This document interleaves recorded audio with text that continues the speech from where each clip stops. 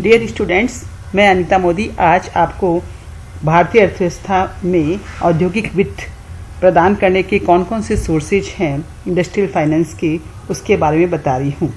आप लोग सब जानते हैं कि औद्योगिक विकास में औद्योगिक वित्त की महत्वपूर्ण भूमिका होती है।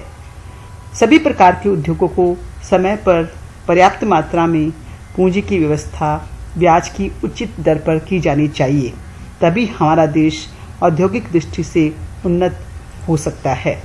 आज इस क्लास में हम औद्योगिक वित्त के जो प्रमुख सोर्सेज हैं, स्रोत हैं, उन पर प्रकाश डालेंगे।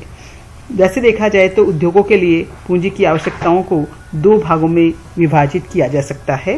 पहला होता है अचल या स्थिर पूंजी, फिक्स्ड या ब्लॉक कैपिटल। कोई भी नया उद्योग जब हम खोलते हैं तो उसके लिए हमें इमारत चाहिए, मशीनें चाहिए, अन्य साज सामान चाहिए। उसके लिए स्थिर पूंजी की आवश्यकता होती है।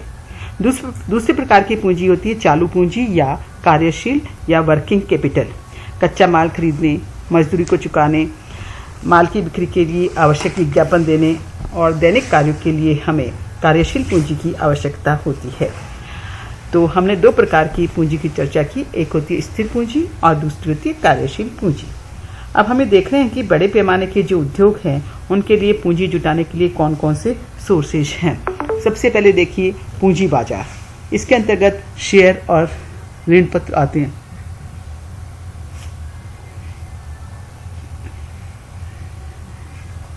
और दूसरा है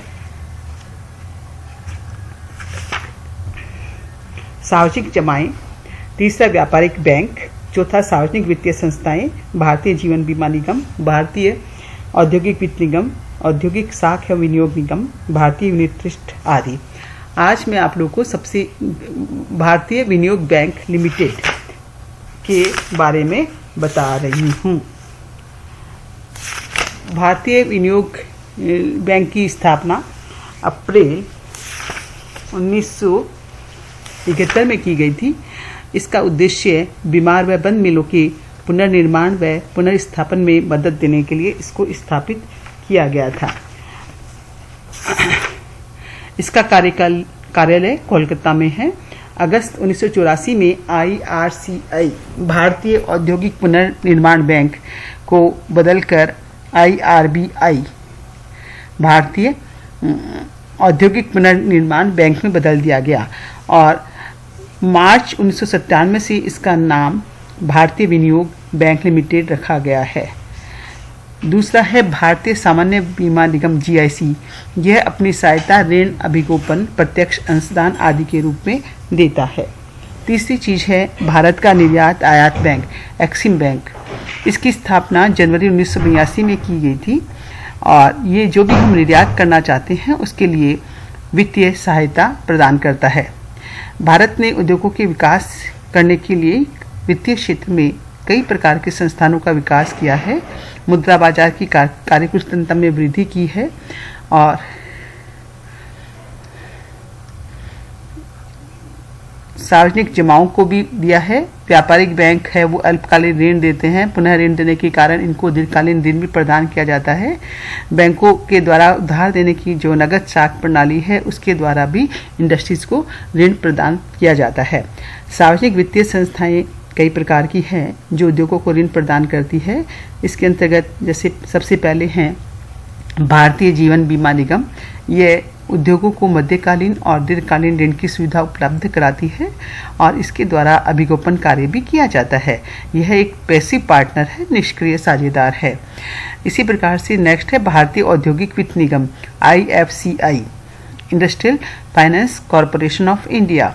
इसकी स्थापना 1 जुलाई 1948 से की गई थी और यह शेयरधारियों का निगम है और इसका मुख्य उद्देश्य संतुलित प्रादेशिक विकास को बढ़ावा देना है।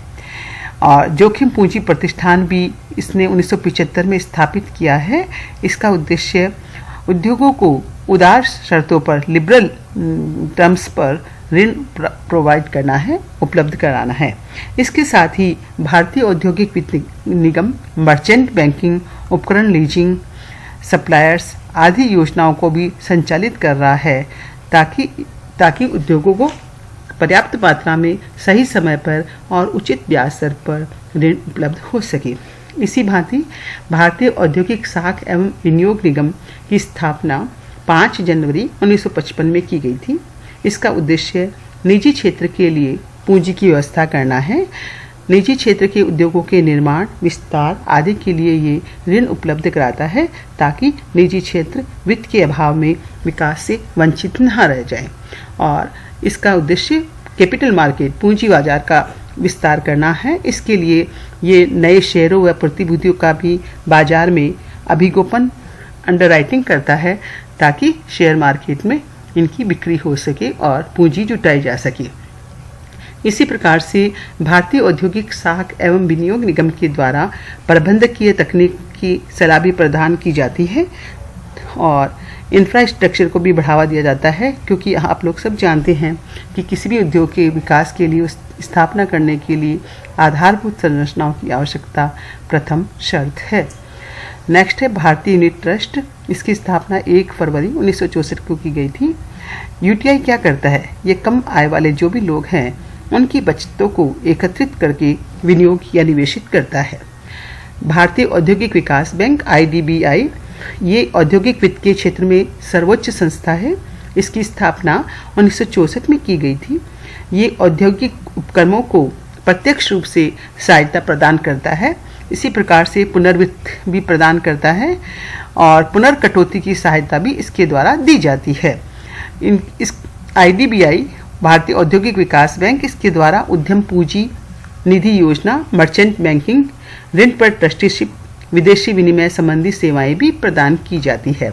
तो इस प्रकार से बच्चों, मैंने आप लोगों को कई प्रकार की संस्थाओं के बारे में जानकारी प्रदान की है जो कि उद्योगों को वित्त उपलब्ध कराते हैं।